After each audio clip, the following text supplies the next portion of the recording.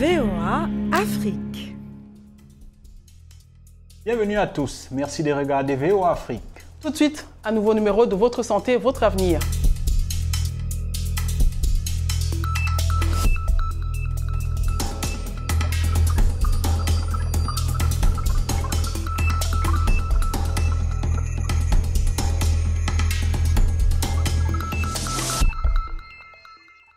Votre santé, votre avenir est de retour et cette semaine nous parlons de l'éducation à la sexualité et aux maladies sexuellement transmissibles dans les écoles. À travers l'histoire de l'humanité, la sexualité a souvent été un sujet tabou, difficile à aborder dans les discussions familiales. Parfois, les parents laissent cette tâche aux responsables des écoles. Et pourtant, la sexualité est un sujet qui occupe une grande partie de la vie humaine et quand on l'ignore, on court beaucoup de risques sanitaires. Parmi ceux-ci se trouve l'un des plus grands problèmes de santé publique de notre époque, les infections sexuellement transmissibles ou IST. Ces infections sont depuis des décennies un sujet d'intervention dans le monde médical, mais également dans les programmes des gouvernements. L'école où les jeunes vont pour apprendre des matières qui feront objet de leur carrière professionnelle va plus loin que ça. C'est aussi un endroit où les jeunes sont susceptibles de parler des sujets divers, pourquoi pas de la sexualité. Un sujet qui d'ailleurs intéresse cette catégorie de gens quand on sait que c'est l'âge d'exploration dans divers domaines et dont de la sexualité. C'est à cet âge que la sexualité occupe les pensées, les discussions et souvent d'ailleurs les pratiques. Aujourd'hui, la question est de savoir si les programmes scolaires incluent vraiment l'éducation sexuelle ou celle aux IST. Votre santé, votre avenir s'est entretenu avec un jeune élève dans l'objectif de savoir si la sexualité fait partie des cours qui lui sont dispensés à l'école. Et qu'en est-il des conversations qu'il a avec ses camarades? Nous parlons des maladies sexuellement transmissibles dans nos cours. Prenons l'exemple de la biologie, de l'éducation à la vie, de l'SM. Dans ce cours, le professeur nous apprend comment nous pouvons nous protéger contre ces différentes maladies sexuellement transmissibles. Prenons le cas de VIH-Sida, de la bénorragie. Et nous montre nous pouvons nous protéger contre ces maladies en ne pas utiliser des objets tranchants et même lors des rapports sexuels, nous pouvons porter des préservatifs pour nous en protéger. Nos amis me conseillent de ne pas utiliser surtout des instruments cachants, il faut s'éviter.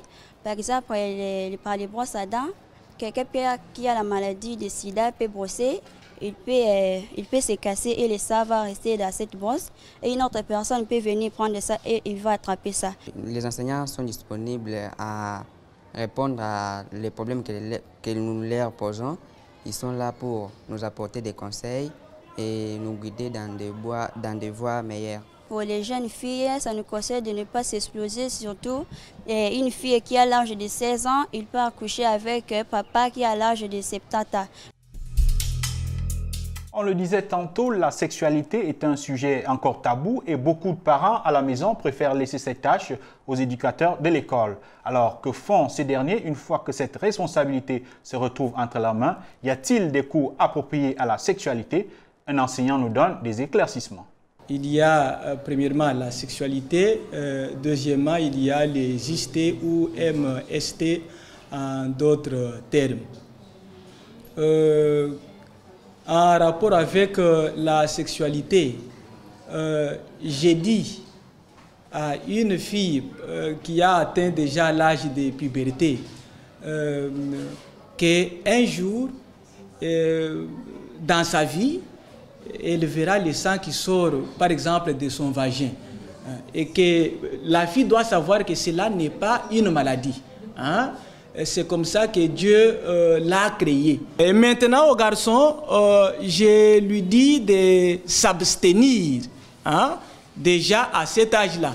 Parce que, voyez, quelqu'un qui étudie, hein, et qui arrive peut-être, il est déjà à l'âge de puberté, il risque d'engrosser une fille d'autrui. Et une fois que cela arrive dans sa vie, il ne saura pas évoluer avec ses études. Technique pédagogique comme telle, il n'y en a pas. Hein? Mais comme nous savons que nous partons toujours des animaux, hein? Et une fois que l'enfant comprend que peut-être pour la reproduction, il faut que les animaux s'accouplent. Hein?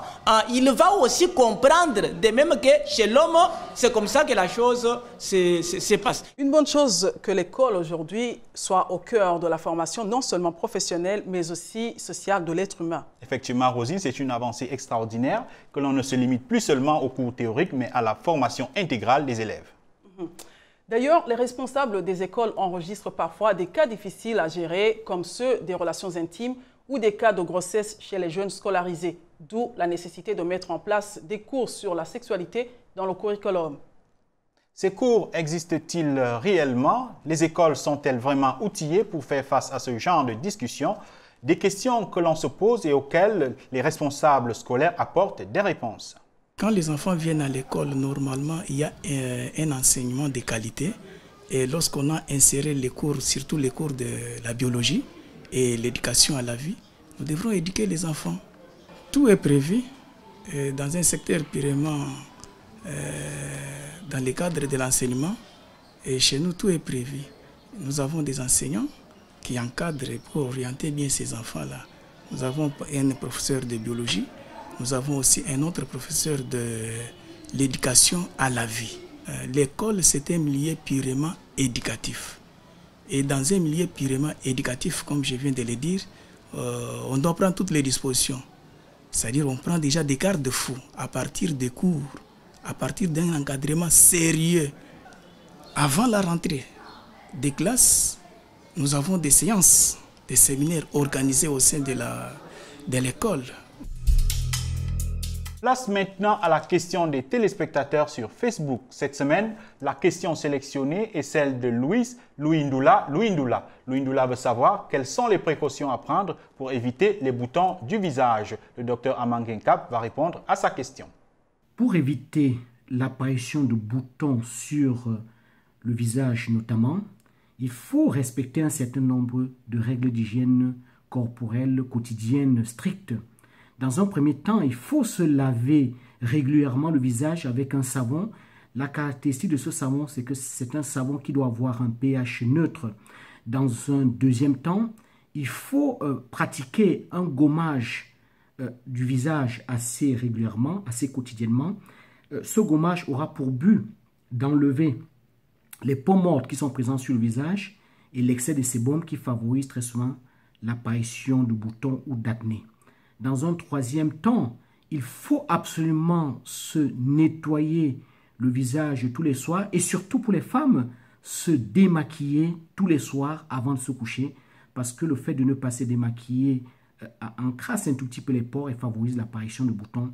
Et enfin, je dirais qu'il faut vraiment éviter de percer les boutons, d'éviter de les percer ou de les gratter s'ils apparaissent sur le visage parce que ça favorise d'une part une mauvaise cicatrisation et puis ça favorise l'apparition d'autres boutons d'acné. Voilà les conseils que je peux donner pour éviter les boutons, notamment l'acné au niveau du visage. Cette émission touche presque à sa fin, mais avant, Votre santé, votre avenir vous tend le micro pour savoir ce que vous pensez des sujets comme celui de la santé, de la beauté et autres.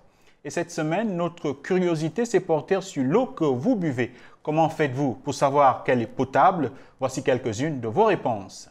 Bon, personnellement, moi, je consomme l'eau potable et l'eau qui coule dans le robinet. Et c'est parce que je fais confiance aux agents, je fais confiance à l'entreprise qui traite l'eau. Avant, je consommais l'eau du robinet et j'avais des douleurs au ventre juste après la consommation. Mais depuis, j'ai trouvé un autre mode de consommation, c'est-à-dire je paye mon eau à la pharmacie et depuis, je n'ai plus ces douleurs lorsque je consomme de cette eau-là. Moi, je prends l'eau du robinet, mais aussi traitée avec le médicament qu'on nous vend à la pharmacie.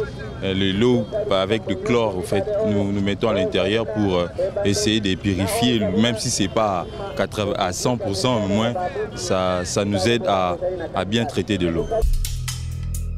Merci d'avoir partagé vos réponses qui ont été recueillies par notre correspondant Alex Kati Kataï depuis Kinshasa. Et c'est ici que s'achève cette édition de Votre santé, votre avenir. Si vous avez des questions, des observations ou des commentaires, connectez-vous sur la page Facebook de VOA Afrique et sur notre site internet voafrique.com. Merci de nous avoir suivis. Au revoir. À très bientôt.